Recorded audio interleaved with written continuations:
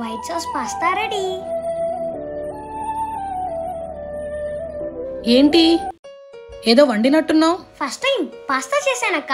ఇది చూపి ఎలా చేసావో టేస్ట్ చేసి చెప్తాను. లేదక్క, ఇది మా ఆయనకి సర్ప్రైజ్. ఫస్ట్ ఆయనకు పెట్టి ఆ తర్వాత నీకు పెడతా. కష్టపడి నేర్పించిందేమో నేను, సర్ప్రైజ్ లేమో వాళ్ళ ఆయనకి. ఏంటో ఈ కాలం వాళ్ళు పెద్దవాళ్ళంటే బొత్తిగా మర్యాద లేకుండా పోయింది.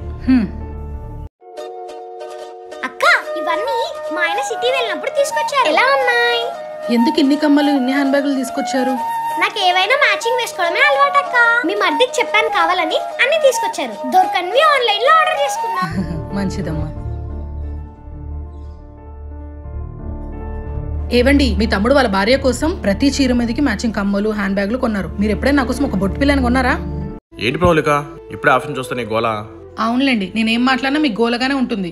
చూడు ప్రవళిక, నా తమ్ముడు కొత్తగా పెళ్ళయింది, బాధ్యతలు ఇంకా మొదలవ్వలేదు. ఏం మాట్లాడుతున్నారు? ఇంట్లో ఏ సమస్య వచ్చినా నేనే చక్కబెట్టాలి, నేనే నిలబడాలి. వాడికి కూడా రెస్పాన్సిబిలిటీస్ అప్పచెప్తే వాడు కూడా నాలా చేసే ప్రతి పని, ఖర్చు పెట్టే ప్రతి రూపాయి కోసం 100 సార్లు ఆలోచిస్తాడు. అమ్మో, అక్క వచ్చేస్తుంది. అక్క, మీకేం కావాలన్నా తీసుకోండి, ఇద్దరం వాడుకుందాం. వద్దులేమ్మా, మా ఆయన దగ్గర డబ్బులు ఉన్నప్పుడే నేను కూడా కొనుక్కొని వేసుకుంటాను. పెద్ద కోడలికి ఫోన్ చేద్దాం, ఏం చేస్తుందో. అత్తమ్మ కాల్ చేశారే. ఏమ్మా ప్రవళిక, అక్కడంతా ఎలా ఉన్నారు? అత్తయ్య, ఇక్కడంతా బానే ఉంది. సువికి స్లోగా అన్ని పనులు నేర్పిస్తున్నా. నా చిన్న కోడలు అన్ని పనులు నేర్చుకుంటుందా? అయితే వీళ్ళతో మెల్లిగా వేరే కాపురం పెట్టించి వాళ్ళతోనే ఉండాలని నా కోరిక నెరవేరేలాగుందే. అత్తయ్య ఏంటి ఏం మాట్లాడట్లేదు? హలో. పోనీలే ప్రవళిక, మంచి పని చేస్తున్నావు. తనకు కూడా అన్ని అలవాటు కావాలిగా. పెళ్లి పనులన్నీ బాగా జరుగుతున్నాయి అత్తయ్య. బాగానే జరుగుతున్నాయి గానీ నేను వచ్చేటప్పుడు హాల్లో కబోర్డ్ లో డబ్బులు పెట్టి మర్చిపోయా. అవి తీసి జాగ్రత్తగా పెట్టమ్మా, వచ్చాక తీసుకుంటా. సరే అత్తయ్య. ఇక్కడే పెట్టా అన్నారే, కనపడట్లేదే.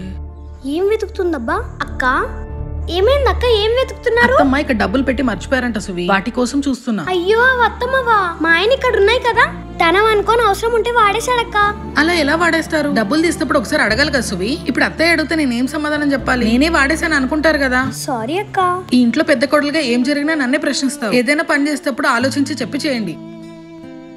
సువిక్ష, ఏంటమ్మా ఇంట్లో పని నువ్వు కూడా చేస్తున్నావంట? అవునక్క, మా అక్క ఒక్కొక్కటి నేర్పిస్తుంటే నేర్చుకొని చేస్తున్నా. ఫోన్లే, ఒక రక్తం కాకపోయినా సొంత అక్క చెల్లెల్లా బానే కలిసి ఉంటున్నారు. ఎప్పుడు ఇలానే ఉండండి.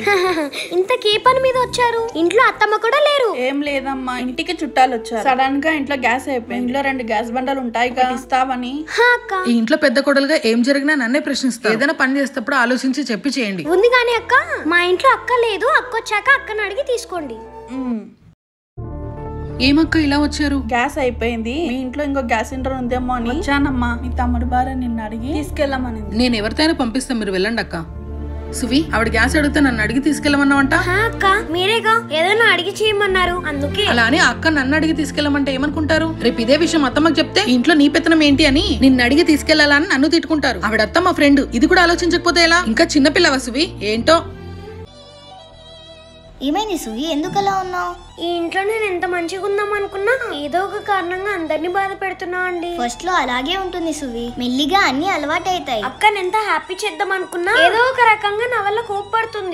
నేను అందుకే మనకి ఇలా అందరితో సెట్ అవ్వదని వేరేగా ఉందామంటే నువ్వేమో అందరూ కావాలి, అందరితో కలిసి ఉంటే బాగుంటది అని అంటావు. ఎంతైనా వీళ్ళు మన వాళ్ళే కదండి. మనోళ్లే కానీ పరిస్థితులు మనోళ్ళని కూడా బయట వాళ్ళని చేస్తుంది. నా మాట విని వేరేగా ఉంటే మనం హ్యాపీ, వాళ్ళు హ్యాపీగా ఉంటారు. నాకు ఇక్కడ బోర్ కొడితే చెప్తా, అప్పుడు చూద్దాం. అప్పటి వరకు ఈ మ్యాటర్ తీసుకురావద్దండి. ఏమైంది సువి, ఎందుకలా ఉన్నావు?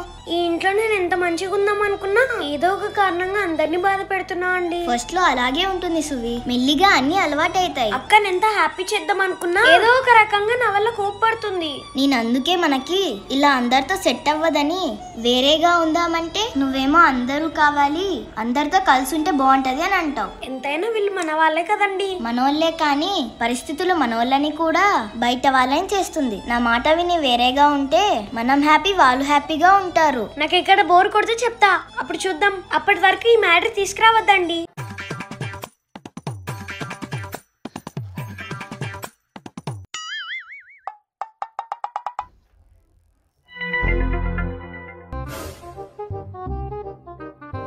నువ్వేమి చేశావు నేరం, నిన్నెక్కడంటింది పాపం చినబోకుమా.